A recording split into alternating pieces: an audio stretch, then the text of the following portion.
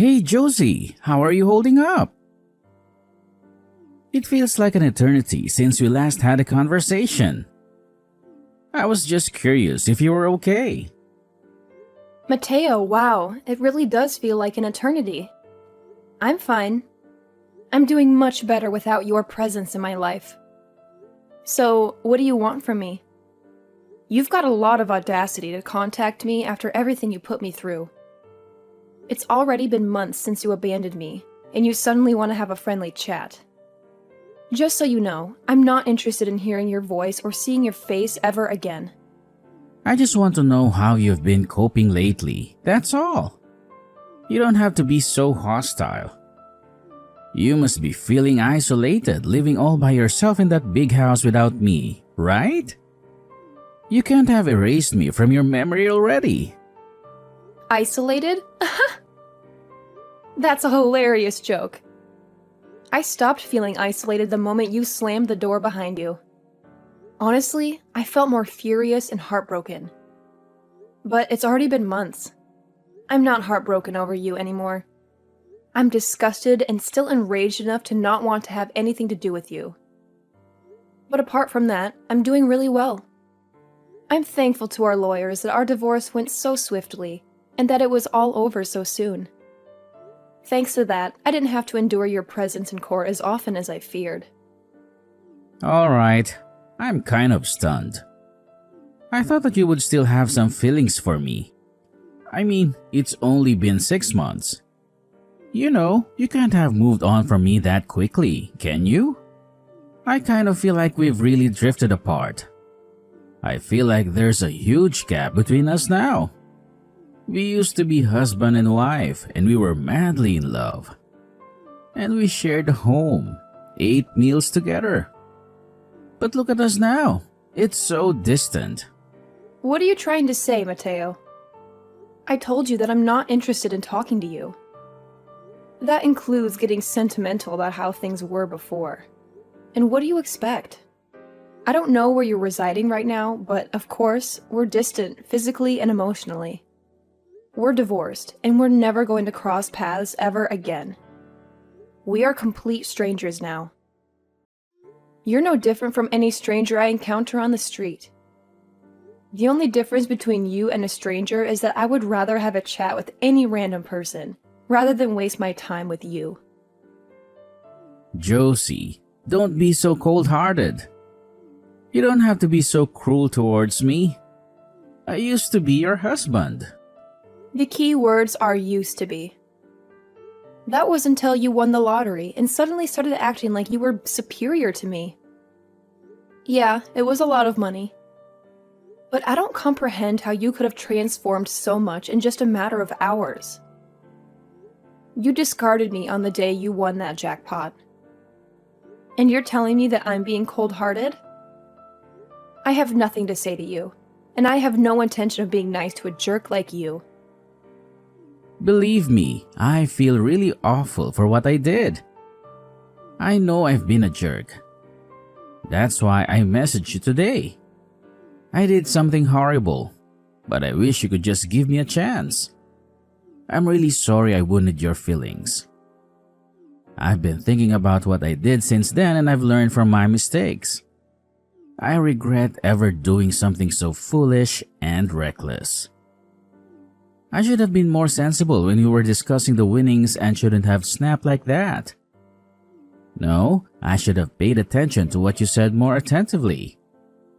You were being so fair about what to do with the money. And I ruined our marriage because I was so greedy. I regret all of that and more. The fact that you're saying that now means you're in the predicament I foresaw you'd end up in all those months ago, right? I hate to rub salt in the wound, but I told you so. I can't believe it took you so long to realize how mistaken you were. I could see it looming from a mile away, but I guess you just had to experience it for yourself. I know I was foolish, and I'm sorry. I finally realized that you cautioned me that this would happen for my benefit. I was too dazzled by the money to comprehend that you were only looking out for me. I wish I could turn back time and change everything. but I can't.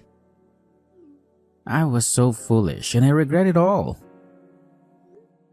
Yeah, you were so foolish and terrible too. I understand that winning $3 million was a huge deal. It's a lot of money, and it's not every day that such a colossal amount of money lands in your lap. I think anyone would freak out and get grandiose ideas about how they want to spend their windfall. I was pretty astonished too. And I won't lie, I fantasized about all the wonderful things we could buy too. But the way you reacted was abnormal. As soon as you knew you had the winning ticket, nothing else mattered to you. You only cared about yourself and the money. I wasn't thinking clearly. It was like I was in a trance. I couldn't control myself. All I proposed was that we should be prudent with how we spend the money and save as much of it as possible for our future together and keep some money aside in case we had children. I wasn't scheming to take anything from you, and I made no mention of splurging it all by myself. But you started ranting, screaming at me that it was your money and that I wasn't permitted to touch a single penny, that it was for you to use the way you desired to spend it. I never meant to take anything from you, but that's what you presumed, and suddenly... poof! Like magic. You were gone along with the money. You didn't even respond to my messages until you sent me the divorce papers. And even then, you only replied that you would give me alimony if I signed the papers. We had been together for 3 years, but all that went down the drain when you got that money and morphed into a completely different man. For weeks, I wondered what those 3 years were. If they meant nothing to you. After I stopped being miserable, I realized that I had already squandered 3 years and that I shouldn't waste any more time trying to make sense of what you did. I know I was entirely to blame, but it was $3 million. Neither of us had even had a tenth of that amount in our banks at one time. You can imagine why I went so insane, can't you? Yeah, it's a lot of money, but that doesn't justify your behavior. You raved at me that my parents might come and plead with you for money because they're so destitute, and that you couldn't trust anyone anymore. You were offending me and my family with every word you said. Because you had all this money, you had this ludicrous idea that you were superior to all of us. I never knew you could be so spiteful and repulsive, and I was appalled that you could change so effortlessly because of some money. I don't know what possessed me. I don't really know why I said any of that. I didn't mean it. You know that, don't you? I regret everything I did and said after that. I wish I could take it all back. Really? It sounded like you meant it at the time. Don't try and escape from what you did. It's way too late for you to start imploring me for forgiveness. I couldn't care any less about how remorseful you feel. Your feeling bad isn't going to change anything. Anyway, what do you want? Let's get this over with. What are you talking about? There's a reason why you messaged me today, isn't there? I know you didn't just message me so that you could apologize. No, I really was concerned about you. I wanted to show you that I had changed and felt terrible about what I did. I suppose I also wanted to find out what you did with the money I gave you when we divorced. I was just curious about how you use it, that's all. Money? That's what you're obsessed with. You're talking about the large sum of money you gave me, right? You opted to give me that money instead of sending me regular payments of alimony because you didn't want to risk having me send alimony payments for the rest of your life, if I recall correctly. Yeah, that money. I gave you $200,000, didn't I? Yeah, you did. What about it? What did you do with it? It's my money. So what does it matter what I did with it? I don't think it's any of your concern how I spent it. It's not like you imposed any restrictions for how I spend it when the amount was determined in court. Yeah, but it was my money to start with. I think I have a right to know what you've done with it and dictate what you do with it, regardless of what was decided in court. And if you have any left, I was wondering if you could return it, since you're so clever when it comes to money. I was hoping you'd still have a lot left. No way! You can't seriously be demanding it back.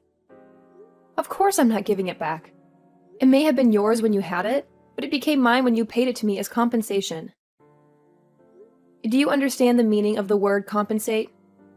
You're the one that abruptly asked for a divorce. So I was entitled to alimony, but you didn't want to pay that. And I didn't want to keep on having to face you in court. So I agreed to that money you gave me. I don't have any obligation to return that money to you. That money was due to me, and it's mine. Yeah, it was compensation.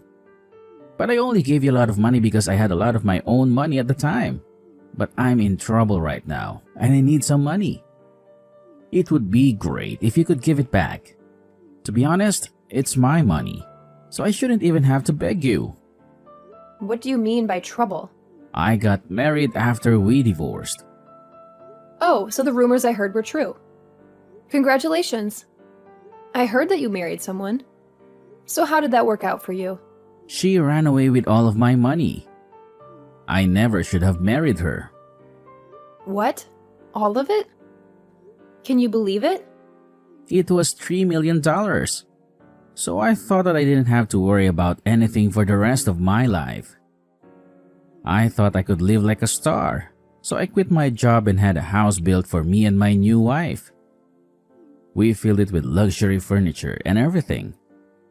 We even had a pool put in. We were living the perfect life together until one day she suddenly asked for a divorce. After the divorce was finalized, I realized that all of my money had been transferred to her bank account and she was gone. We were divorced, my account was empty, she had vanished. She even told her lawyers that I'd been cheating on her, even though I'd never done anything like that. I'd already lost $1 million in compensation during the divorce for an affair I never had. And she took the rest of what was in my account without me even noticing it. I don't know where she is, but the last I heard, she was living in a penthouse apartment overseas. You said you'd never cheated on her, but she managed to win the court case? That must have meant that she had enough evidence to argue for compensation. You can try and act the victim all you like, but in the end, it was your own fault. Your own reckless actions brought all of this upon you. Yeah, fine. She had pictures of me with another woman.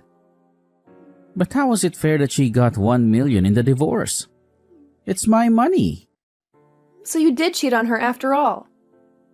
You're a pathetic excuse for a husband. Yeah, alright, say all you like. Anyway, that's not my point. I've explained why I need the money. Can you give me back the money I gave you? I need it right now. My ex-wife got the house in the divorce too, so I don't have anywhere to live. She's not even using it. She's abroad. The woman bought it out for sale, and I was kicked out of my own house so that she could sell it and take more money from me. Josie, you're still living at the same place we lived in when we were married, right? Can we live together again? Excuse me? Are you asking if you can move in with me? Let's just forget about everything that happened in the past and live together. I want us to start over. I'll be a better husband this time. Even if you don't have the $3 million, I know that we can be happy together. I still love you.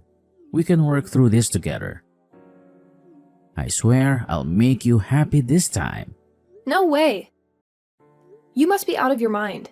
It's disgusting how you think you can slither your way back into my life again. We are over, and we are never getting back together. Ever. The divorce was finalized, and I'm free of you. I don't have anything else to say to you. Plus, I've already moved out of that house and sold it. I'm living somewhere else. Why do you move down? Where are you living now? Are you still close by? I'm not giving you the details of where, but I'll tell you a bit about it. Thanks to the compensation I got from you, I was able to buy some pretty reasonable shares. I had to be patient, but it went really well. I managed to earn a profit from it. You bought shares? I never knew that you knew how to do that kind of stuff. Why didn't you tell me when I had the 3 million?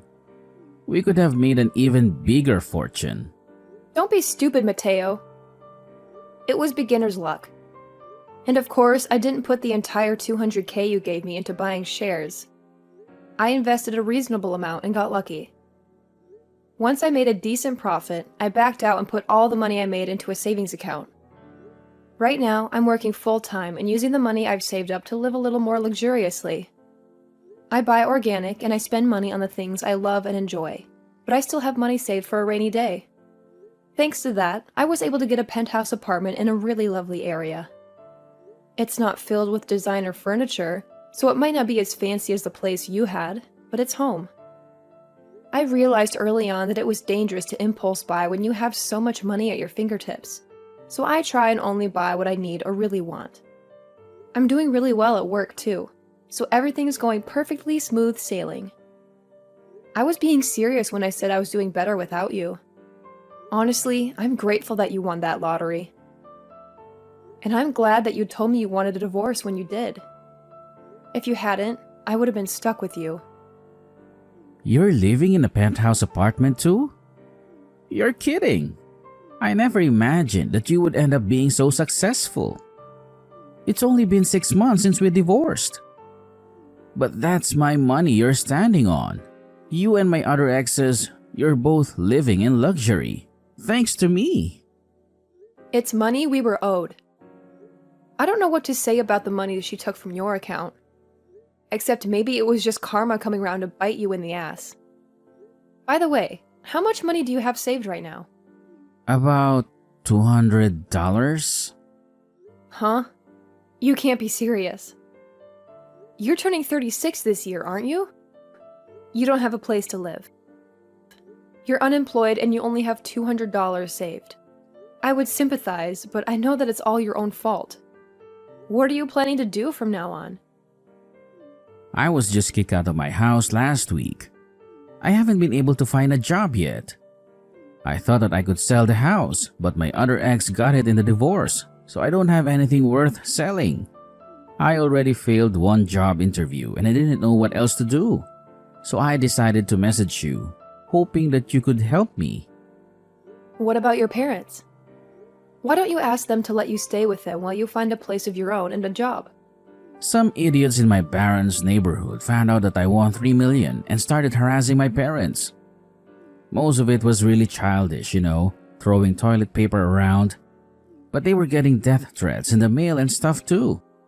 Some magazines are asking for interviews nonstop. My parents ended up moving away and they cut ties with me. I need your help, Josie. I don't have anyone else. You're the idiot, Mateo. That's the reason why I warned you about bragging about your wins. Everyone. Just because you won 3 million doesn't make you better than everyone else. I told you shouldn't get carried away with it, didn't I? But you didn't listen. And you lost a lot of friends and made a lot of enemies in the process. I know I regret a lot of what I did. I regret not listening to you the most, because none of this would have happened if I just did as you said. That's why I want to get back together again. I need you to keep me in check. Sorry, Mateo, but I'm not interested in being your babysitter. We're never getting back together. There's not even a 1% chance of it happening. Why not? I'm not asking you to be my babysitter. I want us to be husband and wife again. We didn't get divorced because we stopped loving each other. You still love me, don't you? We can get back together again. You must be joking. You're the only one that thinks we still have a chance. I don't know whether you actually still have any feelings for me, or if you're just saying all this because you want money. But either way, it doesn't change how I feel about you. The second you said you wanted a divorce, I hated you from the bottom of my heart. You chose your money over me. You made that really clear during the divorce. Now I'm indifferent. I couldn't care less about what happens to you. How can you say that? That's worse than telling me you hate me. Please, I'm on my knees here. Have some mercy on me. I need your help. We were married once, remember? We shared a home for 3 years. We can leave the past behind and start over. No way! You're the one who wanted a divorce after 3 years of marriage. Don't use that as an excuse to get back with me. Then, can you at least give me some money? That's all I'm asking for. You said you have some savings at home. You can afford to help me out, right? You got that money because of me. You owe me. Please, I don't even have a roof over my head. I'm desperate, Josie. You're the only one I can count on. I don't owe you anything.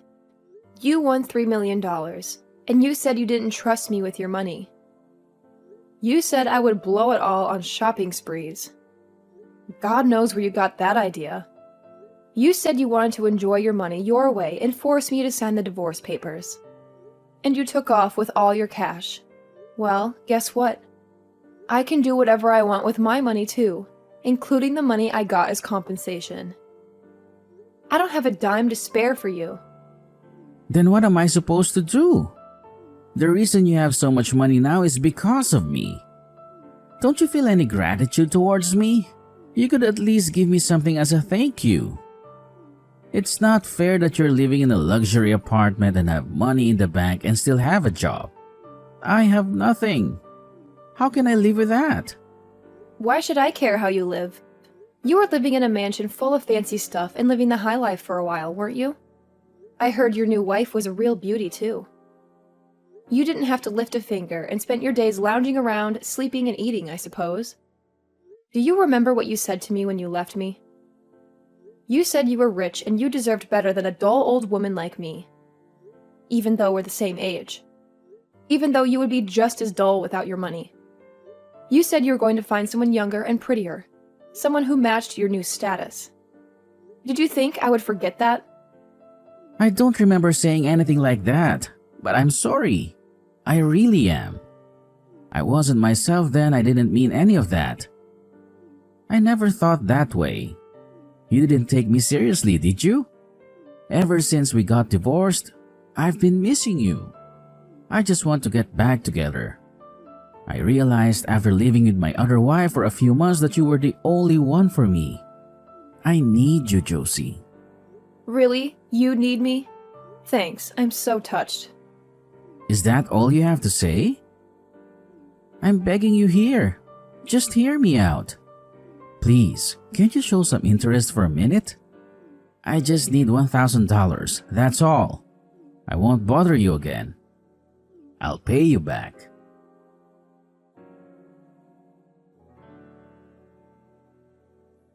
Josie, are you listening to me?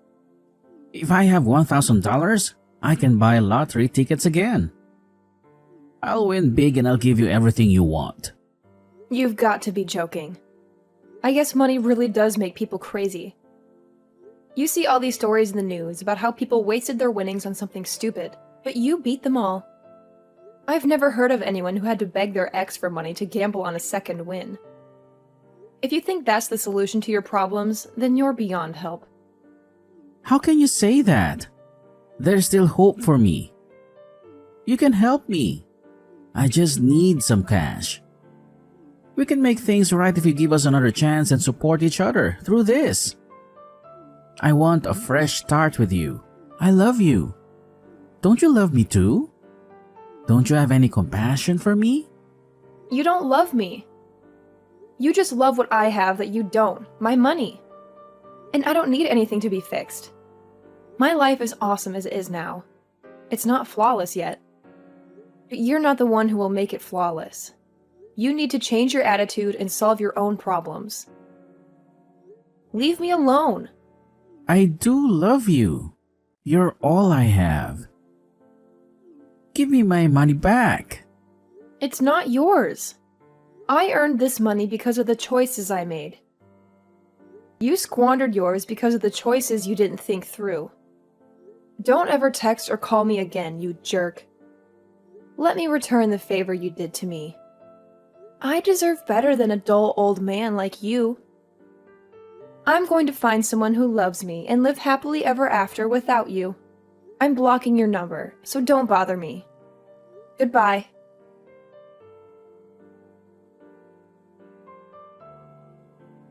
After that, Josie blocked Mateo's number and blocked him on all of the social networking platforms they were connected on. Josie was able to erase Mateo from her mind pretty easily and was relishing her tranquil life without him.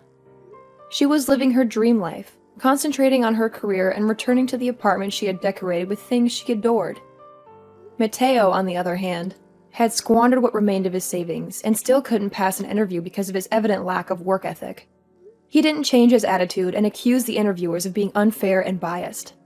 As a consequence, he started borrowing money from loan sharks, and with that money, he began gambling at his closest casino. Of course, it wasn't that simple to make a fortune, and the gambling only made his debt larger and larger. He was burying himself deeper and deeper, but he still didn't change his attitude. After realizing how enormous his debt had become, he became desperate. But instead of trying for another job interview, he attempted to rob money from a convenience store and was apprehended by the police.